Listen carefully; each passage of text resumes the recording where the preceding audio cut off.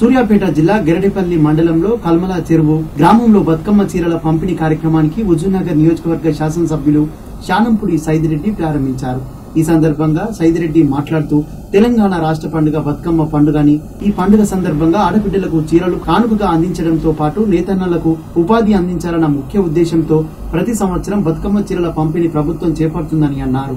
రైతును రాజును చేయడమే కేసీఆర్ లక్ష్యమని, ఎన్ని ప్రతికూల పరిస్థితులు వచ్చినా రైతు బంధు పథకం ఆగదని, ముదిరాజులకు చేప పిల్లల పంపిణీ, యాదవులకు గొర్రెల పంపిణీ కార్యక్రమాలకు చేపడుతున్నామని, 50 నుంచి 60 లక్షల రూపాయల ప్రభుత్వ పథకాలు ఇస్తున్నామని, సంవత్సర కాలంలో ఆఫీస్, పాలిటెక్నిక్ కాలేజ్, ట్రైబల్ గురుకుల పాఠశాలలు ఇంకా కోట్ల రూపాయల అభివృద్ధి నిధులు నియోజకవర్గానికి మంజూరైనాయని అన్నారు.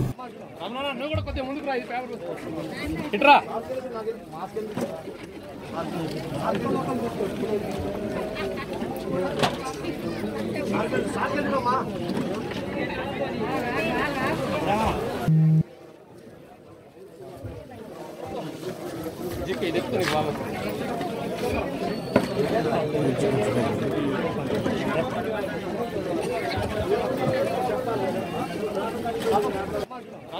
కొద్దిగా ముందుకు రా, ఇది పేపర్ ఇట్రా.